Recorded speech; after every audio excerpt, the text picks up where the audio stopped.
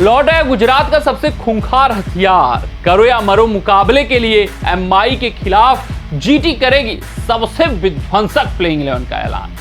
यार गुजरात टाइटंस ये inform team है, इन्होंने बड़ी बड़ी टीमों को मात दिया है, चारों खाने चित्त किया है और 10 मुकाबलों में 14 पॉइंट अर्जित कर लिए हैं। अगर आप इनके मुकाबलों पर फोकस करोगे तो दो तगड़े मुकाबले हैं इनके पास, एक तो एमआई का मुकाबला, एक डीसी का मुकाबला। उसके बाद 2 आसान मुकाबले भी मिलेंगे जो कि चेन्नई सुपर किंग्स और लखनऊ सुपर जायंट्स के खिलाफ मुकाबला है। लेकिन प्लेऑफ की रेस की मैं बात करूं तो एमआई वाला जो ये मुकाबला है ये बड़ा मुकाबला इनके लिए साबित होगा, क्योंकि इस मुकाबले में जीतकर गुजरात टाइटंस एक कड़ा संदेश देना चाहेगी कि भाई साहब वो हल्की टीमों को ही नहीं बल्कि इनफॉर्म टीमों को भी मात दे सकते हैं और वो चैंपियन बनने की दावेदारी ठोक चुके हैं और वो चैंपियन बन सकते हैं। तो ये एमआई के खिलाफ बहुत बड़ा मुकाबला होगा गुजरात टाइटंस के लिए अपने आप में। उतना ही बड़ा मुकाबला ये मुंबई इंडियंस के लिए होगा, क्योंकि मुंबई यहां पर हारी तो फिर स्लिप करेगी मुंबई, क्योंकि मुंबई के जो मुकाबले हैं वो डीसी, पीबीकेएस और जीटी से हैं। तो अगर जीटी से हारे तो फिर उनका प्लेऑफ में पहुंचना मुश्किल होगा, क्योंकि पीबीकेएस भी तगड़ी है और डीसी भी अपने दिन एमआई को हरा सकती है। लेकिन गुजरात की बात करें तो उनके लिए बड़ी खुशखबरी वाली बात है कि अब वो सबसे मजबूत प्लेइंग 11 को खिला सकते हैं। अभी तक तो बहुत सारे लिमिटेशंस थे, उन लिमिटेशंस के होने के बावजूद गुजरात धमाकेदार प्रदर्शन कर रही थी, लेकिन इस एमआई के खिलाफ करो या मरो मुकाबले में भाई साहब गुजरात अपने सबसे विध्वंसक प्लेइंग 11 के साथ उतरेगा। जो स्क्वाड है उस स्क्वाड में से सबसे मजबूत प्लेइंग 11 वो खिलाने वाले हैं। क्या कुछ इनका प्लेइंग 11 होने वाला है, कौन कौन से खिलाड़ी खेलने वाले हैं, किन खिलाड़ियों को बाहर बैठाया जाएगा, क्या गुजरात टाइटंस मुंबई इंडियंस के खिलाफ प्लेइंग 11 उतारेगा, आइए आपको पूरे विस्तार से पूरे तफसील से समझाते हैं।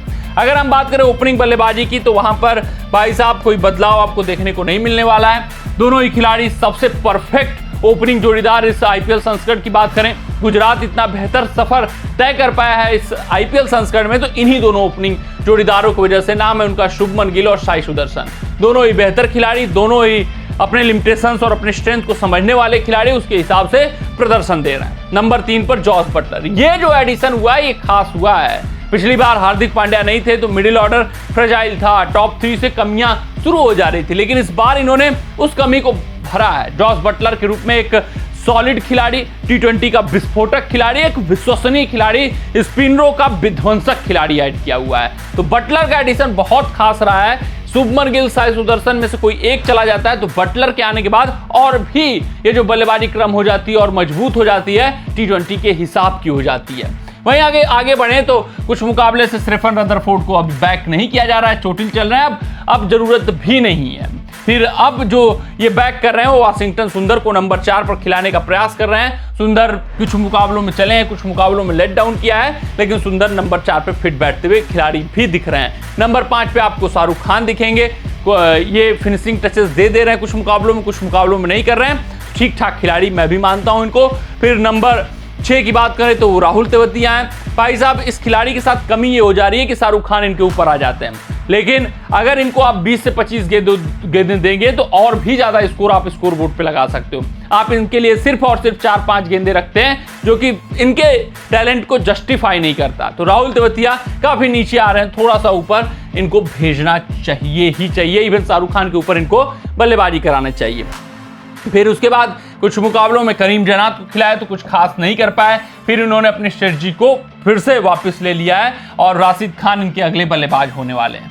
वहीं अगर हम बात करें गेंदबाजी विभाग की तो अब ये अपने गेंदबाजी विभाग को बहुत ज्यादा मजबूत कर चुके हैं। ये इतनी मजबूत अब गेंदबाजी विभाग हो चुकी है कि शायद इससे बेहतरीन तेज गेंदबाजी विभाग आपको दिखे हिच नहीं।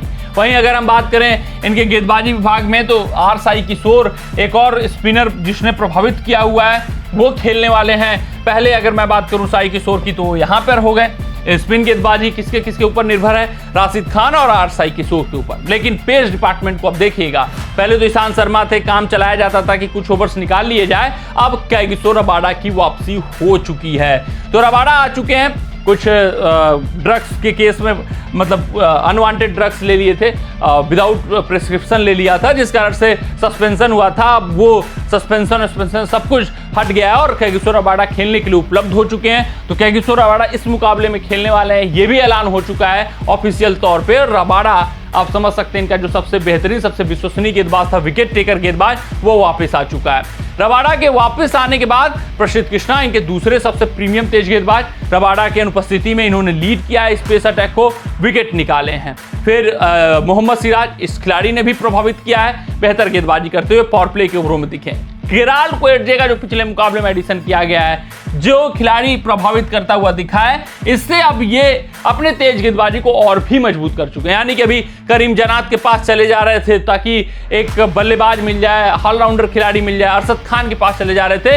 अब स्ट्रेट फॉरवर्ड सोच है कि भाई साहब ये तीन, शुभमन गिल, साई सुदर्शन और जॉस बटलर, इनको कहा जाएगा एक न एक छोर थामे रखे, लंबा खेले, फिर उसके बाद जरूरत पड़े तो शाहरुख खान की बल्लेबाजी आ जाए, जरूरत पड़े तो सुंदर तेवतिया, अपना काम उसी में चला लेंगे। अब गेंदबाजी विभाग को मजबूत करना है, यानी अगर बिलो पार भी स्कोर अगर हम बनाते हैं, 230 के पीछे 210 भी बनाते हैं, तो क्षमता रहनी चाहिए हमारी गेंदबाजी विभाग में, वो डिफेंड कर सके, और वो क्षमता साफ तौर पे दिख रही है। जिस गेंदबाजी विभाग में Prasidh Krishna, in form, Kagiso Rabada, Gerald Coetzee, Mohammed Siraj जैसे तेज गेंदबाज मौजूद हों, राशिद खान और साई किशोर जैसा स्पिन गेंदबाज मौजूद हो, उस गेंदबाजी विभाग के क्या ही कुछ कहने। ईशांत शर्मा को बाहर का रास्ता अपनाना पड़ेगा। ये पहली बहुत दिनों बाद होगा कि गुजरात टाइटंस 4 पेस गेंदबाजों के साथ उतर रही है इस आईपीएल 2025 में, 4 विदेशी खिलाड़ियों के साथ, सॉरी आईपीएल 2025 में। देख सकते हैं गुजरात टाइटंस की सबसे मजबूत प्लेइंग 11 है, इससे मजबूत प्लेइंग 11 इस स्क्वाड से नहीं बनाया जा सकता। साई सुदर्शन, शुभमन गिल ओपन करेंगे, जॉस बटलर 3 पे, सुंदर 4 पे, 5 पे राहुल तेवतिया, 6 पे शाहरुख खान, 7 पे राशिद, 8 पे साई किशोर, 9 पे कोएट्जे, 10 पे रबाडा, 11 पे मोहम्मद सिराज, 12 पे प्रसिद्ध कृष्णा। सुंदर भी स्पिन गेंदबाजी कर सकते हैं, तो आप देख सकते हैं बहुत मजबूत, बहुत सुदृढ़, बहुत सशक्त प्लेइंग 11 ऑन द पेपर दिख रही है। कमेंट सेक्शन में कमेंट करके बताइएगा कि आपको गुजरात की प्लेइंग 11 कैसी लगी। मिलते हैं आपसे अगले रिपोर्ट में, तब तक अपना ध्यान दें, सुरक्षित रहें, स्वस्थ रहें, मस्त रहें। जय हिंद, जय भारत।